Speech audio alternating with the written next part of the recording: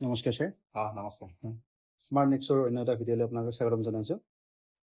এতিয়া BTR election হ'বলৈ গৈ আছে 2025-ৰ। গতিকে আপুনি যিহেতু মাষ্টাৰ ট্ৰেইনাৰ, গতিকে ইয়াৰ ওপৰত আপোনাৰ ধুনীয়া জ্ঞান আছে বুলি আমি ভাবিছোঁ। গতিকে কেনেধৰণে BTR ইলেকশ্যনৰ কাৰণে আগবঢ়া হৈছে?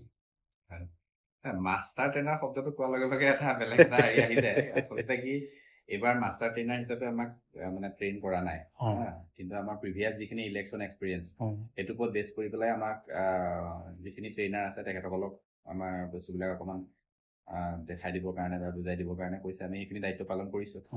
গতিকে যিখিনি মনত আছে বা যিখিনি কথা মনলৈ সদ্যহতে সোধাৰ মতে আহে সেইখিনি কথা মই ক'ব চেষ্টা কৰিম।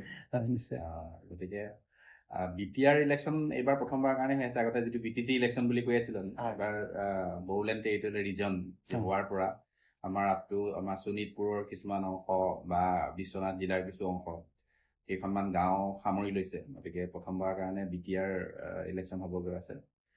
আমাৰ BTRত জিলা হিচাপে প্ৰথম যি 5খন জিলা আছিলে, গোটেই অবজাৰভেশ্যনটো বা কণ্ট্ৰলটো সেই 5খন জিলাৰ পৰাই হ'ব। আৰু আমাৰ বিশ্বনাথ আৰু শোণিতপুৰ এই দুখন ডিষ্ট্ৰিক্টৰ যিসমূহ গাঁও সোমাইছে, অন্তৰ্ভুক্ত হৈছে, সেইখিনি মেইনলি ওদালগুৰি ডিষ্ট্ৰিক্টৰ পৰাই তাৰমানে কণ্ট্ৰল হ'ব। ওদালগুৰি এডমিনিষ্ট্ৰেশ্যনৰ ফালৰ পৰা হ'ব। গতিকে আৰু যিজন আৰু থাকে বা তেওঁৰ আণ্ডাৰ যিখিনি অফিচিয়েলছ থাকিব সেইখিনিৰ জৰিয়তে কণ্ট্ৰল হ'ব। আমাৰ BTRত এইবাৰ টোটেল আগৰ দৰে মুঠ সমষ্টিৰ যিটো কনষ্টিটুৱেঞ্চিৰ যিটো সংখ্যা, সেই সংখ্যাটো একে আছে। 40টা কনষ্টিটুৱেঞ্চিত আমাৰ ইলেকশ্যন হ'বৰ কাৰণে গৈ আছে।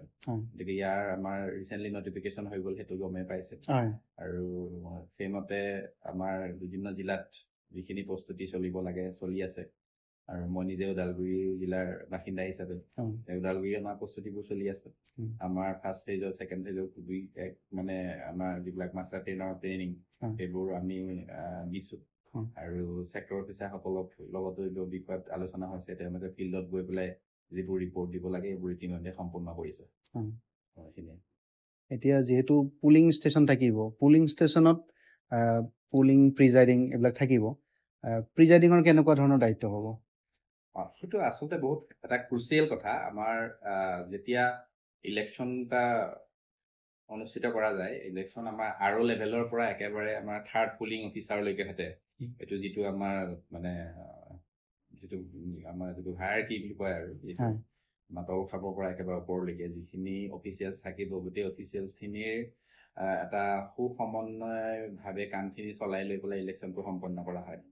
আৰু মেইনলি ফিল্ডত মূল কামখিনি পুলিং পাৰ্টিটোৱে কৰে।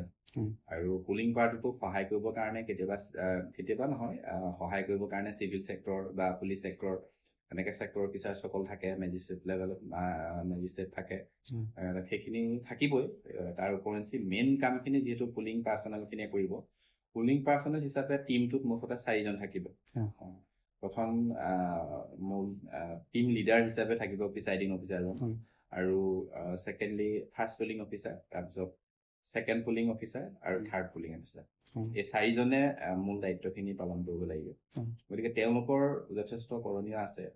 আৰু তেওঁলোকক যিখিনি ট্ৰেইনিং দিয়া হ'ব, সেই ট্ৰেইনিংখিনি তেওঁলোকে সুন্দৰভাৱে লোৱাৰ পিছত প্ৰিজাইডিং অফিচাৰে মেইনলি যিকেইজন আমাৰ ফাৰ্ষ্ট, ছেকেণ্ড, থাৰ্ড এই 3জন পুলিং অফিচাৰৰ লগত এটা সুসম্পৰ্ক তেওঁ বজাই ৰাখিব লাগিব, যিহেতু তেওঁ লিডাৰ হ'ব টিমটোৰ। আৰু তেওঁলোকৰ মাজত ভালকৈ চিনা পৰিচয় হৈ লৈ পেলাই যোগাযোগটো যাতে সেইদিনা যিহেতু ইলেকশ্যনৰ আগদিনাখন, পুল ডে আগদিনাখন যিহেতু তেওঁলোকে DC অফিচত যাব লাগিব, তাত গৈ পেলাই তেওঁলোকে মেটেৰিয়েলছ কালেকশ্যন কৰি পেলাই ছেক্টৰ অফিচাৰে তেওঁলোকক নিৰ্দিষ্ট জেগালৈ লৈ যাবগৈ। নিৰ্দিষ্ট তেওঁলোকক যিটো পুলিং ষ্টেচন এলট কৰা থাকিব সেইটোলৈ তেওঁলোকক লৈ যাবগৈ। গতিকে সেইখিনি সময়ত তেওঁলোকৰ মাজত যোগসূত্ৰটো খুব সুন্দৰ হোৱাটো বাঞ্ছনীয় আৰু সেইটো হ'ব লাগিব। আৰু তেওঁলোকে প্ৰথম দিনা মানে পুলিং ডে আগদিনাখন যেতিয়া তেওঁলোকে DC অফিচত যাব, DC অফিচত গৈ পেলাই তেওঁলোকে প্ৰথম অৱস্থাত তেওঁলোকে গোটেইকেইজন লগ হ'ব। লগ হৈ তেওঁলোকৰ ছেক্টৰ অফিচাৰৰ লগত চিনাকি হ'ব। চিনাকি হোৱাৰ পিছত তেওঁলোকৰ দায়িত্ব হ'ব যে আমাৰ DC অফিচত কি হয় যে যিমানবোৰ আমাৰ মানে পুলিং ষ্টেচন আছে, তাতে বহুত কেইটা কাউণ্টাৰ বনাই থোৱা থাকে, য'ত মানে পুলিং যিবিলাক মেটেৰিয়েলছ আছে সেই মেটেৰিয়েলছবোৰ ইছ্যু কৰে, তেওঁলোকক দিয়ে পাৰ্টিবিলাকক। গতিকে এটা মানে কাউণ্টাৰত হয়তো 10টা বা 15টালৈকে কেতিয়াবা 8টা 10টা এনেকুৱা ধৰণৰ মানে পুলিং ষ্টেচনৰ কাৰণে এটা কাউণ্টাৰে মেটেৰিয়েলছবোৰ প্ৰভাইড কৰে, ইছ্যু কৰে। গতিকে তেওঁলোকক সেইবোৰ তাত হেৰি লগাই থোৱা বৰ্ড লগাই থৈ থাকিব। তেওঁলোকে নিৰ্দিষ্ট কনষ্টিটুৱেঞ্চিটো বিচাৰি পেলাই তাৰপিছত তেওঁলোকৰ নিৰ্দিষ্ট পুলিং ষ্টেচন নাম্বাৰটো এইটো চব লিখা থাকিব। সেইমতে তেওঁলোকে নিৰ্দিষ্ট কাউণ্টাৰটো বিচাৰি উলিয়াব আৰু বিচাৰি উলিয়াই লৈ তেওঁলোকৰ কাম হ'ব যে পুলিং যিখিনি মেটেৰিয়েলছ পুলিং ডেৰ কাৰণে যিখিনি বস্তু ব্যৱহাৰ হ'ব সেই বস্তুবোৰ তেওঁলোকে সংগ্ৰহ কৰা। 4জনে মিলি পেলাই বস্তুবোৰ সংগ্ৰহ কৰাৰ পিছত তেওঁলোকৰ এটা প্ৰধান দায়িত্ব হ'ল কি যে তেওঁলোকে যিবোৰ মেটেৰিয়েলছ সংগ্ৰহ কৰিলে সেই মেটেৰিয়েলছবোৰ লগত তেওঁলোকক এখন চেক লিষ্ট দিব যে কোনখিনি বস্তু তেওঁলোকক দিয়া হৈছে।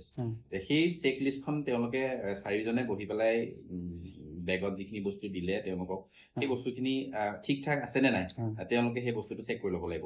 আদাৰৱাইজ কেতিয়াবা কি হয় যে যদি চেক নকৰাকে লৈ গৈ পেলাই যদি কিবা কাৰণত ধৰক বেলট পেপাৰে শ্বৰ্ট হৈ গ'ল, তেওঁলোকৰ মানে পুলিং ষ্টেচনটোত যিমান ভোটাৰ আছে সেই সংখ্যক যদি বেলট পেপাৰ তেওঁলোকে পোৱা নাই তেতিয়াহ'লে তাতে এইটো সমস্যাৰ সৃষ্টি হ'ব। আৰু তাৰ উপৰিও তেওঁলোকৰ যিটো বেলট বক্স দিয়ে সেই বেলট বক্সৰ যিটো লেবেল লগোৱা থাকে তাত পুলিং ষ্টেচনৰ নাম নাম্বাৰ যিখিনি এইবোৰ লিখা থাকে তাত এইটো ইনফৰমেশ্যনখিনি সেই ইনফৰমেশ্যনখিনি তেওঁক এলট কৰা পুলিং ষ্টেচনটোৰ লগত মিলিছে নে নাই বা তেওঁক যিখন আমাৰ ইলেক্টৰেল ৰোল যিখন আমি ভোটাৰ তালিকা বুলি কওঁ সেইখন মাৰ্ক কপি যিটো সেইটো তেওঁ এলট কৰা চেণ্টাৰটোৰ হয়নে নহয় বা সেই গোটেইখিনি ভোটাৰৰ যিটো সংখ্যা তেওঁলোকক জনোৱা হৈছে সেই গোটেইখিনি সংখ্যা তাত আছে নে নাই এই গোটেই বস্তুবোৰ প্ৰিলিমিনাৰী তেওঁলোকে আটাইকেইজনে মিলি পেলাই এটা ক্ৰছ চেক এটা কৰি লোৱাটো ভাল। আৰু সেইটো কৰি লোৱাৰ পিছত তেওঁলোকে গোটেই বস্তুখিনি যেতিয়া দেখিলে চব অ'কে আছে আৰু যদি নাই তেতিয়াহ'লে মানে ইছ্যু কাউণ্টাৰত গৈ পেলাই তেওঁলোকে কমপ্লেইন কৰিলে ইমিডিয়েটলি সেই বস্তুখিনি তেওঁলোকক দিয়া ব্যৱস্থা কৰিলে। গতিকে সেইটো এটা সুন্দৰভাৱে তেওঁলোকে আৰম্ভণিতে কৰি ল'ব লাগে এইখিনি কাম। কৰি লোৱাৰ পিছত তেওঁলোকৰ যেতিয়া যিহেতু তেওঁলোকে নিৰ্দিষ্ট পুলিং ষ্টেচনলৈ যাবগৈ লাগিব তেওঁলোকে কিন্তু এটা কথা জনা দৰকাৰ। বহুতে আকৌ ভাবে যে আমি পাৰিম যাব, চিনিয়ে পাওঁ জেগাটো, গতিকে আমি গুচি যাওঁ, আমাৰ নিৰ্দিষ্ট গাড়ীখন ক'ত আছে মানে গাড়ীখন বিচাৰি লয় আৰু গাড়ীখন বিচাৰি লৈ পেলাই তেওঁলোকে গুচি যায়। ছেক্টৰ অফিচাৰে কৈ দিয়ে গাড়ী নাম্বাৰ কি কথা এইবিলাক কৈ দিয়ে। সেই ইনফৰমেশ্যনটো পোৱাৰ পিছত 2-1 পুলিং পাৰ্টিয়ে তেনেকে যাব বিচাৰে, কিন্তু তেনেধৰণে মুভ কৰিব নালাগে। সেইটো খুব চিৰিয়াছ ইছ্যু হয়। গতিকে তেওঁলোকৰ ওপৰত এজন ছেক্টৰ অফিচাৰ থাকে। ছেক্টৰ অফিচাৰজনৰ আণ্ডাৰত 8ৰ পৰা 10টা পুলিং ষ্টেচন থাকে। তেওঁ এটা পুলিং পাৰ্টি অকলে যাব দিব নোৱাৰে। ৰাস্তাত যদি কিবা এটা ইনচিডেণ্ট হৈ যায় তাৰ কাৰণে ৰেছপনচিবল কোনো হ'ব। সেইকাৰণে তেওঁ একে সময়তে গোটেইকেইটা পুলিং পাৰ্টিয়ে যেতিয়া মেটেৰিয়েলছখিনি সংগ্ৰহ কৰা হয় সংগ্ৰহ কৰা গোটেইকেইটা যাবলৈ ৰেডি হোৱাৰ পিছত ছেক্টৰ অফিচাৰে লিড কৰি পেলাই গোটেইখিনিক একেলগে লৈ যায় আৰু এটা এটাকৈ প্ৰত্যেক পুলিং ষ্টেচনত তেওঁলোকক নমাই দিয়ে। তো সেইখিনি ছেক্টৰ অফিচাৰে দায়িত্ব লগত এটা মানে পুলিচ টিমো যায়। গতিকে সেইখিনি এটা ছিকিউৰিটিৰ কথা থাকে। গতিকে সেই ৰুলখিনি এটলিষ্ট পুলিং পাৰ্টিটোৱে ধৈৰ্য সহকাৰে মানিব লাগে। চিনি পাওঁ কাৰণে যে আগুৱাই গুচি যায় এনেকুৱা হ'ব নালাগে। তেতিয়া কামখিনি ভাল হয়। আৰু তেওঁলোকে সেই পুলিং দিয়া আগদিনাখন যিহেতু পুলিং ষ্টেচনলৈ যাব আৰু তেওঁলোকক তাতে ৰিচিপ্টছত তেওঁলোকৰ কাৰণে খোৱা বোৱা ব্যৱস্থাও কৰা থাকে। গতিকে বস্তুখিনি সংগ্ৰহ কৰাৰ পিছত বস্তুখিনি লৈতো আৰু খাবলৈ যাবলৈ অলপ অসুবিধাও হৈ যায়। গতিকে এক্সচেঞ্জ কৰি লৈ দুজনে খাই আহিলে দুজনে বস্তুখিনি চাই থাকিব। এনেকুৱা ধৰণেৰে কৰি লৈ পেলাই তেওঁলোকে এটা মানে কি আৰু কোঅৰ্ডিনেশ্যন এটা সমিল মিলেৰে কামখিনি কৰি পেলাই তেওঁলোক ৰেডি হৈ থাকে। আৰু নিৰ্দিষ্ট সময়ত ছেক্টৰ অফিচাৰৰ সেইটো দায়িত্ব আছেই। পুলিং পাৰ্টিটো সোনকালে গৈ পেলাই পুলিং ষ্টেচনত গৈ পাব লাগিব। আৰু কিছু প্ৰিপাৰেশ্যন পুলিং ষ্টেচনতো কৰিব লগা থাকে। সেইকাৰণে ছেক্টৰ অফিচাৰে নিৰ্দিষ্ট সময়ত তেওঁলোকক লৈ যাব। ছেক্টৰ অফিচাৰে যিহেতু আগতে ফিল্ড ভিজিট কৰিয়ে থৈছে, কোনটো দিশত নিব লাগিব, কোনটো ৰাস্তাই গ'লে ছুটি হ'ব, ৰাস্তাটো কোনটো ভাল, এই গোটেই তেওঁলোকৰ এটা ৰুট প্লেন অলৰেডি বনোৱা আছে। গতিকে সেইমতে ছেক্টৰ অফিচাৰে লৈ যাব। এইটোক লৈ পুলিং পাৰ্টিটোৱে মানে চিন্তা কৰিবলগীয়া একোতে মানে বিষয় নহয়। আৰু নিৰ্দিষ্ট সময়ত গৈ যেতিয়া পুলিং ষ্টেচনটো গৈ পেলাই পাবগৈ, পোৱাৰ পিছত তেওঁলোকে অভাৰঅল এনভাইৰনমেণ্টটো চাব ঠিকে আছেনে নাই, তাত কোনোবা পলিটিকেল পাৰ্টিৰ কিবা বেনাৰ বা পোষ্টাৰ বা অন্য কিবা তেনেকুৱা চিম্বল আছে নেকি, তেওঁলোকে যিটো মানে বিল্ডিঙত ভোট গ্ৰহণ কৰিব সেইটো তেনেকুৱা ধৰণৰ যদি কিবা থাকে সেইখিনি তেওঁলোকে আঁতৰাই দিব লাগিব। সেইখিনি তাত থাকিব নোৱাৰে। আৰু তেওঁলোকক গাইড কৰিবৰ কাৰণে গাইড ঠিক নহয়, তেওঁলোকক মানে হেল্প কৰিবৰ কাৰণে ছাপোৰ্ট কৰিবৰ কাৰণে তাতে এজন বুথ লেভেল অফিচাৰ BLO এজন থাকে BLO জনে তেওঁলোকক যথেষ্টখিনি সহায় কৰি দিব গতিকে BLO সহায়ত তেওঁলোকৰ নিজৰ পুলিং ষ্টেচন কেতিয়াবা এনেকুৱা হয় যে এটা পুলিং ষ্টেচনত মানে লেফ্ট ৰাইট থাকে বা কেতিয়াবা তিনিটাও থাকে লেফ্ট ৰাইট মিডল তিনিটাও থাকে তেনেকুৱা ক্ষেত্ৰত প্ৰত্যেকজন প্ৰিচাইডিং অফিচাৰৰ সেইটো এটা মূল দায়িত্ব থাকিব যে প্ৰিচাইডিং অফিচাৰ জানে যে ইমানখিনি 3টা চেণ্টাৰ আছে বা 2টা চেণ্টাৰ আছে ইমানখিনি ভোটাৰ আহিব গতিকে সেই মানুহখিনি মানে অসুবিধা নোপোৱাকে কেনেকে থিয় হ'ব কেনেকে থাকিলে দুটাৰ মাজত ক্লেছ নহ'ব বস্তুবোৰ তেওঁলোকে এটা মানে কোঅৰ্ডিনেশ্যনত আহি পেলাই তেওঁলোকে প্লেন কৰি ল'ব লাগে বা মেল ফিমেলৰ লাইনটো কেনেকুৱা হ'ব ক'ত দিলে ভাল হ'ব এই কথাবোৰ তেওঁলোকে ঠিক তেনেধৰণে কৰি ল'ব লাগে কেতিয়াবা কি হয় যে পুলিং পাৰ্টিটোৰ তেওঁলোকে যিটো মানে পুলিং ষ্টেচনত তেওঁলোকৰ ডিউটি পৰিছে সেই এৰিয়াটোত মানে তেওঁলোকৰ কোনোবা চিনাকি বা সম্পৰ্কীয় মানুহ ওলাব পাৰে ওলালেও যে তেওঁলোকে গৈ পেলাই সেই সম্পৰ্কীয় মানুহৰ লগত গৈ পেলাই খোৱা বোৱা কৰিব বা আলহী ফুৰিব যাব সেইটো কৰিব নালাগে আৰু নালাগে মানে কিয় তেওঁলোকে ইলেকশ্যন ডিউটিত গৈছে কোনো ফেমিলি ভিজিটত যিহেতু যোৱা নাই আৰু কিবা কাৰণত যিঘৰ মানুহলৈ গৈছে সেই মানুহঘৰ যদি কোনোবা এটা বিশেষ পলিটিকেল পাৰ্টিৰ যদি ছাপোৰ্টাৰ হয় তেতিয়াহ'লে এইটো এটা বেলেগ এটা ইছ্যু মানে হ'ব পাৰে গতিকে অন্য অপজিশ্যনে এটা কিবা এটা ইছ্যু ক্ৰিয়েট কৰিব পাৰে গতিকে মানে পুলিং পাৰ্টিটোৰ উদ্দেশ্য হ'ল যে কোনো ধৰণৰ বিশৃংখল নোহোৱাকৈ কোনো ধৰণৰ খেলিমেলি নোহোৱাকৈ তেওঁলোকক চৰকাৰে যিটো দায়িত্ব দিছে সেই দায়িত্বটো যাতে সকলোৰে পালন কৰি আহে সেইকাৰণে তেনেকুৱা ধৰণৰ আতিথ্য গ্ৰহণ তেওঁলোকে কৰিব যাব নালাগে BLOয়ে সহায় কৰি দিব তেওঁলোকে সেইদিনা ৰাতি থাকিলে কেনেকৈ ক'ত খোৱা বোৱা কৰিব লাগিব সেইখিনি BLOয়ে জানে তেওঁলোকক ট্ৰেইন কৰা আছে সেইমতে তেওঁলোকে নিয়ম মানি আচলতে সেইদিনাখন তাত ৰাতি কটাব লাগিব আৰু ৰাতি যেতিয়া তেওঁলোকে কটাব ৰাতি কটোৱাৰ সময়ত তেওঁলোকৰ কিছুমান কাম আগদিনাখন কৰি ৰাখিব পাৰে তেওঁলোকে উদাহৰণস্বৰূপে আমাৰ প্ৰিচাইডিং অফিচাৰজনৰ চিগনেটৰী পাৱাৰটো তেওঁৰে আছে ইমানখিনি ডকুমেণ্টছ আছে গোটেই ডকুমেণ্টছখিনি তেওঁৰে চিগনেচাৰ কৰিব লাগিব বাকী পুলিং অফিচাৰ বিলাকে চিগনেচাৰ নকৰে গতিকে তেওঁ যিহেতু চিগনেচাৰ গোটেই চিগনেচাৰ বহুত কৰিব লগা থাকে যিখিনি ফৰ্মছ থাকে আৰু কিছুমান কমন ইনফৰমেশ্যন কিছুমান থাকে যেনে polling station name polling station number মানে এনেকুৱা ধৰণৰ যিবিলাক বা কনষ্টিটুৱেঞ্চি নেম এনেকুৱা ধৰণৰ ইনফৰমেশ্যন কিছুমান প্ৰত্যেকখন ফৰ্মত ফিল আপ কৰিব লগা হয় তেনেকুৱা ধৰণৰ ইনফৰমেশ্যনবোৰ তেওঁ আগদিনাখন কৰি ৰাখিব পাৰে চেষ্টা কৰিলে আৰু বা তেওঁলোকৰ মাজত এটা প্লেন বনাব পাৰে ৰাতি যে কাইলৈ আমি মানে ভোট গ্ৰহণ আমি কেনেকে ল'ম কোনে কেনেধৰণে কামবোৰ মানে কৰিব সেইটো যদিও তেওঁলোকক ট্ৰেইনিং দিয়া যায় তেওঁলোকৰ নিজেও এটা ষ্ট্ৰেটেজি থকাটো দৰকাৰ আৰু তেওঁলোকে কিন্তু যিয়ে ষ্ট্ৰেটেজি নবনাও কিয় তেওঁলোকৰ এটা কথা কিন্তু সদায় মানে গুৰুত্ব দিব লাগিব সেইটো যে তেওঁলোকৰ কামত তেওঁলোকে যি কৰি আছে সেই কৰি থকা কামত যাতে পুলিং এজেণ্টেই হওক বা পাব্লিকেই হওক বা অন্য কোনোবা পলিটিকেল পাৰ্টিৰ মানুহে হওক তেওঁলোকৰ কামৰ ওপৰত যাতে কোনো কুৱেশ্যন আনিব নোৱাৰে সেইটোৰ প্ৰতি তেওঁলোকে সদায় মানে সচেতন থাকিব লাগিব গতিকে তেনেধৰণে তেওঁলোকে আগদিনাখন প্লেনটো বনাব লাগে আৰু যিসকল first second third polling officer আছে তেওঁলোকে আকৌ কেতিয়াবা মানে আমি ধৰক প্ৰিজাইডিং অফিচাৰ ডিউটিও কৰিছোঁ ছেক্টৰ অফিচাৰ ডিউটি কৰিছোঁ ডিষ্ট্ৰিক্ট লেভেল মাষ্টাৰ ট্ৰেইনাৰো হৈছোঁ বা এছেম্বলি লেভেল মাষ্টাৰ ট্ৰেইনাৰ বিভিন্ন লেভেলত আমি কাম কৰিছোঁ কাম কৰোঁতে কেতিয়াবা দেখা পাওঁ যে কিছুমান টিমত এনেকুৱা first second third polling officer থাকে সকলো নহয় মানে 2-1 এনেকুৱা থাকে যিসকলে মানে ভাবি লয় যে এইটো প্ৰিজাইডিঙৰহে দায়িত্ব আমি কিয় কৰিম হয়তো প্ৰিজাইডিঙে কৰক এইটো আচলতে নহয় এইটো এটা টিম ৱৰ্ক এটা টিম এফৰ্ট সকলোৱে মিলি লৈ পেলাই যদি কামটো কৰে তেতিয়া কামটো সুকলমে সম্পন্ন হ'ব আৰু যদি এজনলৈ ঠেলি দিয়া যায় তেতিয়াহ'লে কামটো কৰোঁতে দিলে হ'ব বা মানে মিষ্টেক হৈ যোৱাৰো চান্সেছ থাকে গতিকে আমি এটা টিম ৱৰ্ক হিচাপে কাম কৰিব লাগে